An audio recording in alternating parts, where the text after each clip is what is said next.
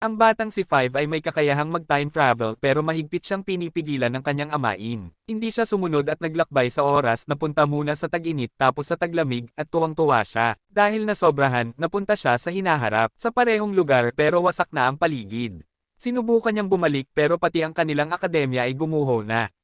Mas malala, nawalan siya ng kakayahang mag-time travel kaya natrap siya sa hinaharap na parang katapusan ng mundo. Doon niya naintindihan kung bakit siya pinipigilan. Sinubukan niyang maghanap ng tao pero wala nang natitirang buhay. Nakumpirma ni Five na ang mga bangkay na may marka ng payong ay ang kanyang mga kapatid sa hinaharap. Ibig sabihin tuluyang naubos ang sangkatauhan at hindi niya alam kung sino ang may kagagawa ng katapusan ng mundo. Tanging clue ay ang artificial na mata na hawak ng panganay. Para hindi mabaliw, ginawa niyang kasama ang mannequin at nabuhay sa tira-tirang mga pagkain. Habang tumatanda, biglang may dumating na babae, ang unang tao na nakita niya sa mundong iyon. Ipinakilala nito ang sarili bilang si The Handler at dumating para tulungan siya. Si The Handler ang nagbabantay sa buong timeline para sa kanila, nakatakda na ang lahat.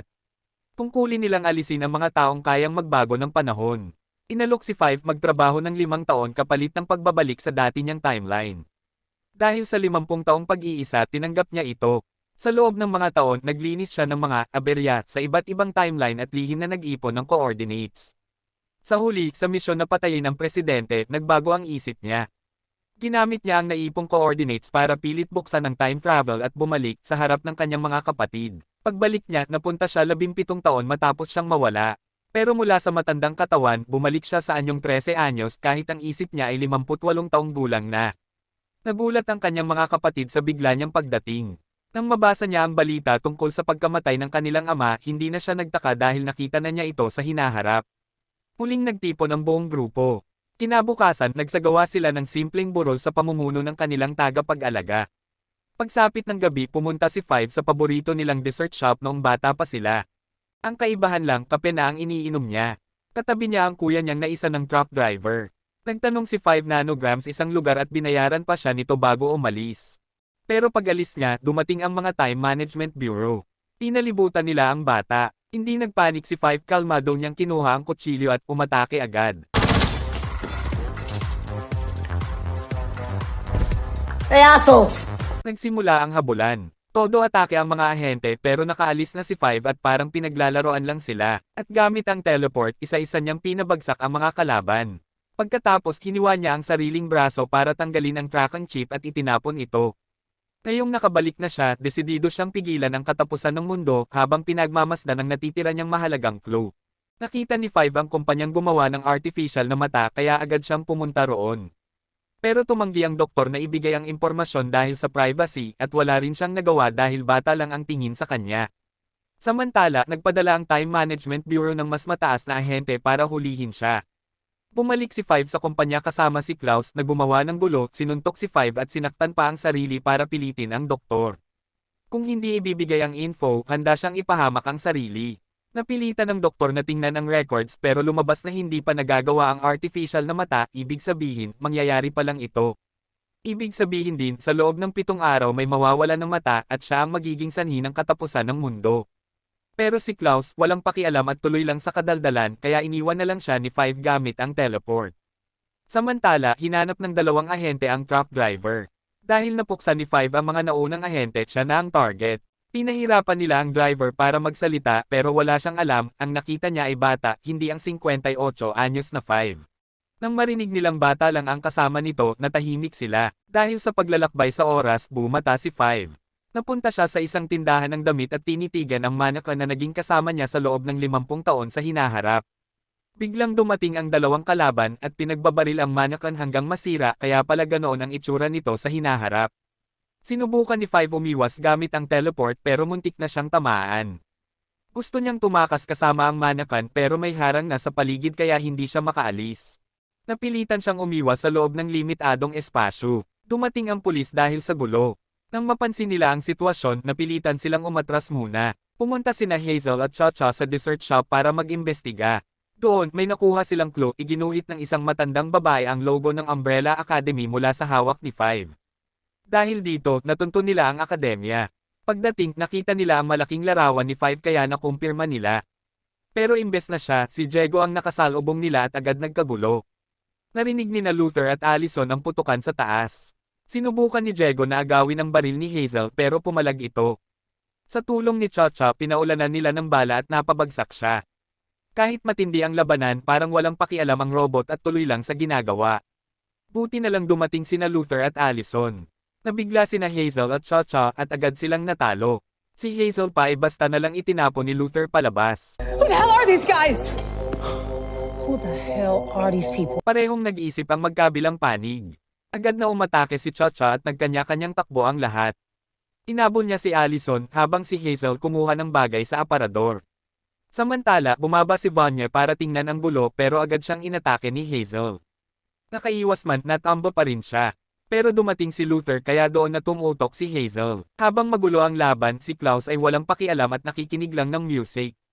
Sa kabilang banda, si Allison dahil nangakong hindi nagagamit ng kapangyarihan, napilitang makipagsabayan kay Cha-Cha pero hindi siya umubra. Dumating si Diego para tumulong at labanan si Cha-Cha. Natalo nila siya at bago umalis, tinamaan pa siya ng patalim sa puwitan. Sa kabilang banda, napabagsak ni Luther si Hazel pero nagpapanggap lang pala ito, bigla siyang umatake at pinatumba si Luther. Dumating sina Allison at Diego para tulungan siya habang papalapit din si Cha-Cha. Biglang pinutol ni Cha-Cha ang lubad ng chandelier at bumagsak ito. Itinulak ni Luther ang dalawa para iligtas sila. Samantala, tumakas si Cha-Cha. Sinubukang tumayo ni Luther kahit sugatan pero napunit ang damit niya at bumungad ang katawan niyang may makapal na balahibo. Nagulat sina Allison at Diego parang ngayon lang nila nakilala ang kuya nila. Hindi rin alam ni Luther ang gagawin kaya tumakbo na lang siya. Habang umatras na sina Hazel at Cha-Cha dumating si Vanya para kumustahin sila. Pero si Diego, ibinuhos ang galit sa kanya at sinabing wala siyang silbi at pabigat lang. Alam ni Vanya kaya tahimik siyang umalis. Akala nila bigo sina Cha-Cha at Hazel pero nadakip nila si Klaus bago umalis. Samantala, si Five ay nasa kumpanya pa rin at nag-iisip 6 na araw na lang bago ang katapusan. Ang nangyari kay Luther ay nagsimula sa isang misyon. Nagkawatak-watek na ang grupo dahil sa ama nila at siya na lang ang naiwan. Nang may tumagas na bioweapon at ipadala siya roon, nagbago siya pagbalik, tinurukan siya ng ama nila ng serum para mailigtas. Nabuhay muli si Luther dahil sa serum, mas lumakas pa ang katawan niya pero ang kapalit ay naging kalahating tao, kalahating hayop siya dahil sa makapal na balahibo. Hindi niya ito matanggap kaya umalis siya at bumalik lang nang mamatay ang kanilang ama. Samantala, si Klaus na dinukot ay pinapahirapan at sinakal at tinorture ng ilang oras. Pero imbes na matakot lalo pa siyang nasisiyahan kaya kahit ang mga ahente ay napapatigil sa kanya. Kahit pahirapan pa nila parang hindi siya naaapektuhan. Sinipsip pa ni Klaus ang tubig sa tuwalya habang nauuhaw. Dahil hirap na hirap silang paaminin siya, naisip ng dalawa na hanapin ang kahinaan niya, nakuha nila ang paborito niyang candy sa bulsa. Sa harap niya, dinurog nila ang mga ito at doon siya bumigay. Isinabi niya kung nasaan si Five at ang investigasyon nito sa artificial eye. Pagkatapos pumunta sila sa kumpanyang gumagawa ng mga mata at sinunog lahat ng stock para sirain ang mga ebidensya.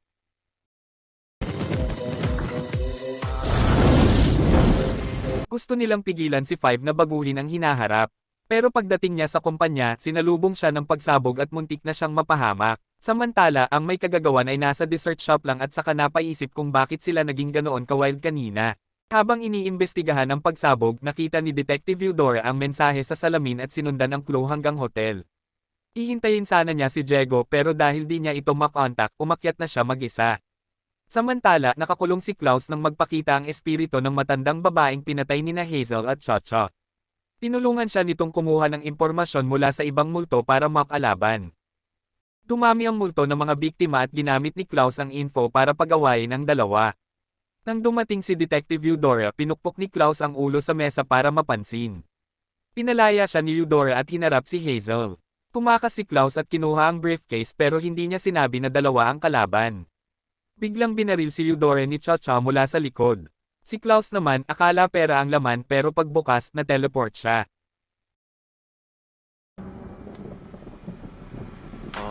Nagbago si Luther dahil sa bagong gin, mas malakas, hindi tinatablan, at mabilis mag-heal, pero hindi pa rin nakaligtas sa katapusan.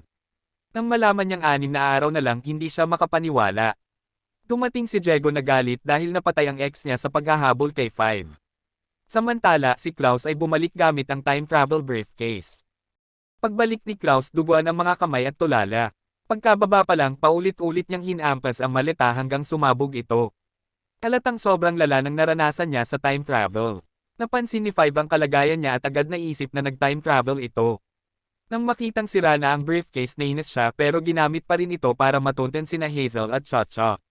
Sa pamamagitan ng pattern ng mga ahente, nahanap niya ang dalawa at nag-iwan ng mensahe para makipag-deal kapalit ng briefcase. Samantala, may 2 taong dumating para maghiganti pero nakaalis na sina Hazel at Cha-Cha bago pa sila dumating. Balak ni Five pumunta mag-isa pero tumutol si Luther at binyantaan pa ang manakan niya. Napilitan si Five magpanggap na sumunod, ibinaba ang baril pero tinangay ang manakan gamit ang teleport. Pagkatapos pumunta sila sa tagpuan dala ang peking briefcase. Dumating sina Hazel sa usapan. Ginamit ni Five ang briefcase bilang panakot at pinilit si Cha-Cha na tawagan ang boss nila. Habang hinihintay nila, biglang dumating sina Klaus at Diego at sinagasaan si Hazel. Gumanti ito at nagpaputok. Sa gitna ng gulo, biglang tumigil ang oras maliban kay Five. Dumating ang boss mula sa Time Management Bureau.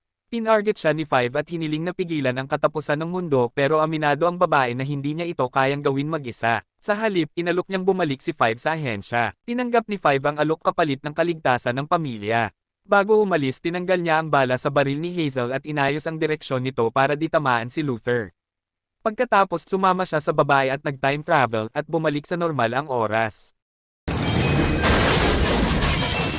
Itinapon ni Luther ang briefcase at agad tumakas kasama ang dalawa.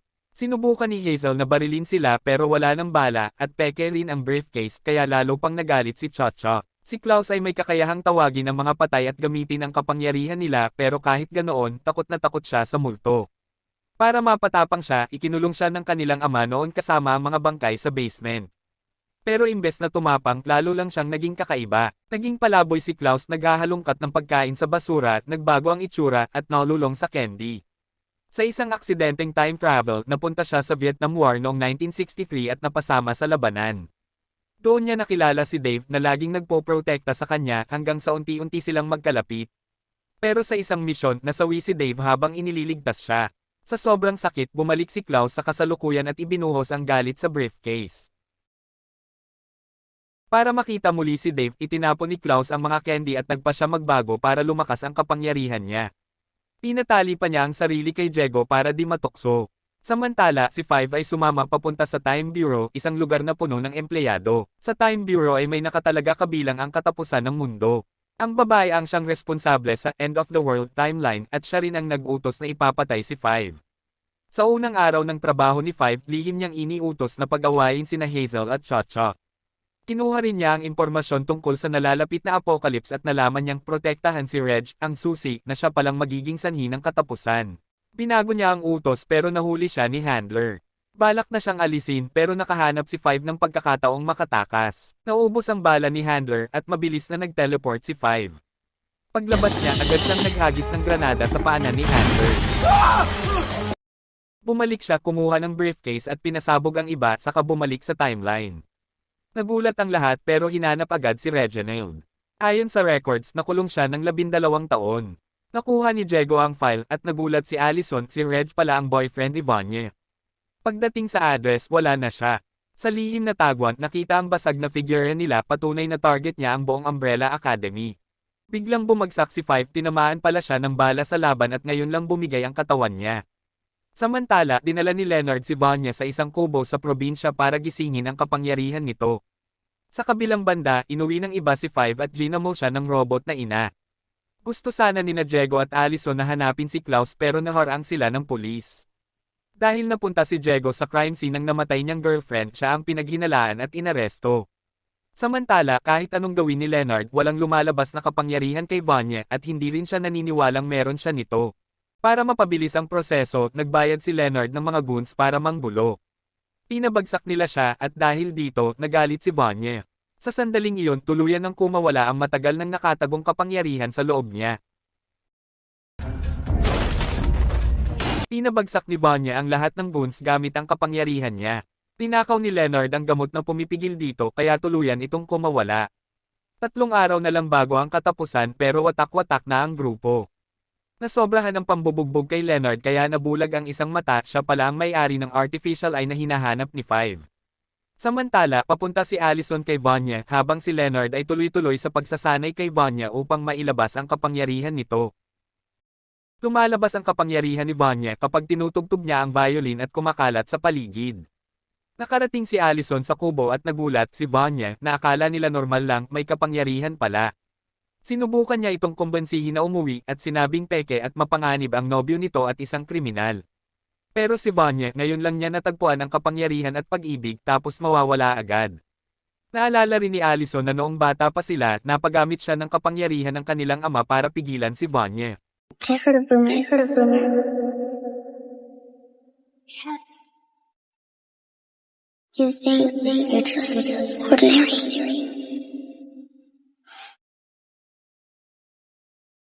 Noon, hindi pa maintindihan ni Allison pero ngayon alam na niyang hindi ordinaryo si Vanya. Nang malaman ni Vanya ang ginawa sa kanya, nagalit siya at inatake si Allison. Pagdating ni Leonard, ngumiti siya at isinama si Vanya. Buti na lang dumating si Luther at nailigtas si Allison pero napuruhan ang boses niya. Samantala, sumama si Vanya kay Leonard at doon biglang nahulog ang bag nito na may notebook. Sa notebook nakasulat kung paano palakasin ang kapangyarihan ni Vanya. Doon niya napagtanto na tama ang kapatid niya, minamanipula lang siya ni Leonard. Dahil sa lalaking iyon, siya mismo ang nakasakit sa kapatid niya. Matagal nang nakuha ni Leonard ang notes ng kanilang ama at sinadya niyang lapitan si Vanya para gisingin ang kapangyarihan nito at sirain ang buong Umbrella Academy. Ginawa niya ito dahil pareho silang ipinanganak sa parehong araw pero namatay ang ina niya sa panganganak. Sinisi siya ng ama at madalas siyang sinasaktan habang lumalaki siyang humahanga sa Umbrella Academy. Kaya tumakas siya sa abusadong ama at nagpunta sa Umbrella Academy, umaasang may kapangyarihan din siya dahil pareho sila ng araw ng kapanganakan. Pero hindi siya tinanggap ng kanilang ama, instead pinahiya pa siya at pinalayas. Dahil sa pagtanggi, naiisip ni Leonard na gumanti. Pag-uwi niya, pinatay niya ang abusadong ama at nakulong ng 12 taon. Pagkalabas, matagal niyang pinagplanuhan ang paghihiganti sa Umbrella Academy. Kaya nang makita niyang nasaktan ni Vanya si Allison, tuwang-tuwa siya. Patuloy niyang sinusulan si Vanya hanggang lalong magalit at lumabas ang kapangyarihan nito. Pero nasobrahan siya, nawala sa kontrol si Vanya at siya mismo ang tinamaan.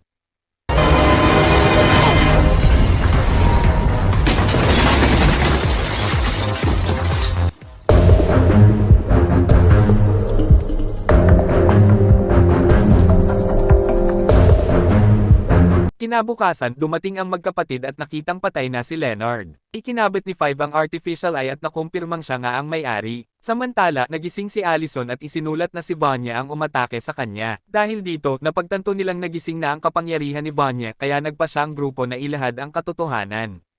Sa kabilang banda, bumalik si Vanya sa bahay at nakaramdam ng pagsisisi. Nang malaman niyang buhay pa si Allison, nakahinga siya. Pagbalik niya sa Umbrella Academy, niyakap siya ni Luther pero agad niyang naramdaman na may paparating na panganib. Habang yakap siya ni Luther, kumigpit ito hanggang halos di na siya makahinga kaya muling nagwala ang kapangyarihan ni Vanya. Pinatulog siya ni Luther at pagkagising, nakakulong na siya sa silid na pumipigil sa kapangyarihan niya. Nang malaman ang totoo, agad siyang ikinulong ni Luther. Tutol sina Diego, Klaus, at Allison pero bilang kuya, pinili niya ang kaligtasan ng lahat. Pinili pa rin ni Luther na ikulong si Vanya. Sa silid, paulit-ulit siyang humihingi ng tawad pero hindi siya marinig ng iba. Nang makita niyang paalis na sina Allison, tuluyan siyang bumagsak. Lahat ng nangyari lalo lang nagpaalala sa kanyang pagkawala sa kontrol. Naglabas ang babae ng napakalakas na energy beam, dumaan ito sa atmosphere hanggang sa buwan. Akala nila napigilan na ang katapusan pero biglang nagbitak ang buwan. May malaking tipak na bumagsak papuntang Earth kasunod ng mga debris. Nang tumama ang pinakamalaki, tuluyan nang nawasak ang mundo. Ang lahat ng ito ay nagsimula pa noong bata si Vanya, malakas na talaga siya noon. Pero dahil ayaw niyang kumain kahit anong pilit ng nag-aalaga sa kanya, lagi niya itong nasasaktan gamit ang kapangyarihan niya. Paulit-ulit silang nagpapalit ng yaya pero walang tumatagal. Para maiwasan ang gulo at mapakain siya ng maayos, gumawa ang kanilang ama ng robot na magiging nanay nila. Pero kahit ang robot na iyon hindi rin nakaligtas, lagi pa rin itong napapalayas dahil sa kapangyarihan ni Vanya. Matibay ang robot na nanay kahit nasira ang ulo, ngumiti pa rin at inayos ito sa harap ni Vanya. Doon siya natakot at naging masunurin lalo na sa pagkain kaya natuwa ang kanilang ama. Pero sobrang lakas ng kapangyarihan ni Vanya at hindi niya ito makontrol. Kapag emosyonal siya, naglalabas siya ng mapaminsalang puwersa. Sinubukan siyang sanayin ng kanilang ama pero nang may masaktan siya, gumawa ito ng soundproof na silid para ikulong siya. Araw-araw din siyang pinaiinom ng gamot para kontrolin ang emosyon at pinaniwala na isa lang siyang ordinaryong bata. Nang dumating ang panahon, nilinlang siya ng ama at pinagamit si Allison para pigilan siya. Kaya lumaki si Vanya na akala'y normal lang at laging napag-iiwanan. Pero siya pala ang pinakamalakas. Nang magising muli ang kapangyarihan niya at masugatan si Allison, ikinulong siya ni Luther. Doon siya tuluyang bumigay hanggang sa tanggapin niya kung sino talaga siya. Nagsanib siya sa kanyang nakaraan at ang malakas na tibok ng puso ay naging enerhiya niya. Sa isang malakas na pagsabog, bumagsak ang pinto. Lumabas ang full power ni Vanya at yumanig ang buong Umbrella Academy. Habang pinapasok niya ang mga silid, nakita niya ang mga alaala ng kanyang pagkabata, lahat ng pagtanggi at sakit at isa-isa niyang winasak ang mga ito. Nang makita niya ang larawan ng kanilang ama, lumitaw ang unggoy na robot na tagapag-alaga at sinubukang ipaliwanag ang dahilan ng ama pero ayaw makinig ni Vanya. Nang malaman niyang kasabwat din ito, nagalit siya at inatake ito. Pinatay niya ang robot na nagpalaki sa kanya pagkatapos ay winasak niya ang buong Umbrella Academy. Nalaman din na ang hinaharap ay gawa ni Vanya. Nagpatuloy siya sa plano at nagdaos ng isang music concert. Habang tumutugtog ng violin, lalo pang lumakas ang kapangyarihan niya hanggang nagliwanag siya. Sinubukan siyang pigilan ng mga kapatid pero madaling lang sila napabagsak gamit ang violin blow. Nang umabot na sa sukdulan, nagbago ang kanyang kasuotan at violin. Nang sugurin siya, ginamit niya ang enerhiya para itali ang mga kapatid. Habang hinihigop ni Vanya ang enerhiya ng lahat, tinutukan ni Allison pero hindi niya ito pinaputukan dahil kapatid pa rin niya ito. Nagulat si Vanya kaya nawalan siya ng kontrol at aksidenteng pinasabog ang buwan na nagdulot ng pagbagsak ng mga tipak nito sa Earth, halos katapusan na ng mundo. Walang ibang nagawa si Five kundi buksan muli ang time travel at dalhin ang lahat sa ibang panahon, umaasang sa muling pagkakataon ay mapipigilan na nila ang katapusan ng mundo.